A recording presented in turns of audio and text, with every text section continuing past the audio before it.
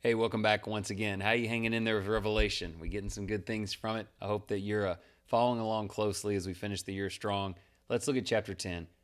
A mighty angel comes down from heaven, clothed with a cloud, with a rainbow over his head, a face like the sun, and feet like pillars of fire. He holds a small scroll that is open in his hand. As he stands with one foot on the sea and one on the land, he cries out with a loud voice like a lion. Seven thunders respond, but John is told not to write what they say. The angel raises his hand to heaven and swears by the eternal Creator that there will be no more delay.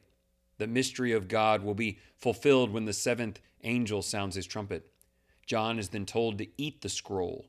It tastes sweet in his mouth, but turns bitter in his stomach. God's plans have always been certain, and his timing was perfect in bringing past events to completion.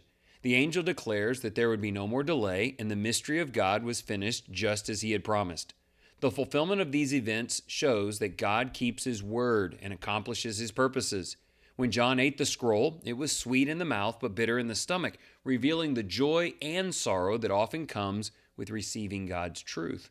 Although these judgments have already happened, the message remains. God's response to unrighteousness is protection for the innocent, but judgment upon the world. We must preach Jesus to bring people to him before it is too late. I think that's probably the sweet and bitter part. It would be sweet to Christians that the oppressors would be stopped, but bitter that so many souls would be lost. Three questions. Number one, Revelation often mentions strong angels carrying out God's avenging will.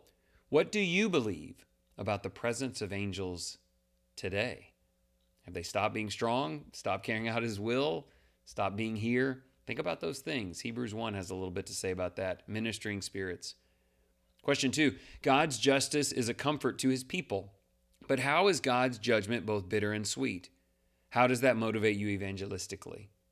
Again, if we're on the right track, that it's sweet that the Christian is protected, but it's bitter that lost people and oppressors are in hell, then how should that motivate you evangelistically? How do you get the bitterness out of your mouth? But by helping people come to Jesus. Question 3, do you believe God created the heavens and the earth with the right and power to sustain and destroy them?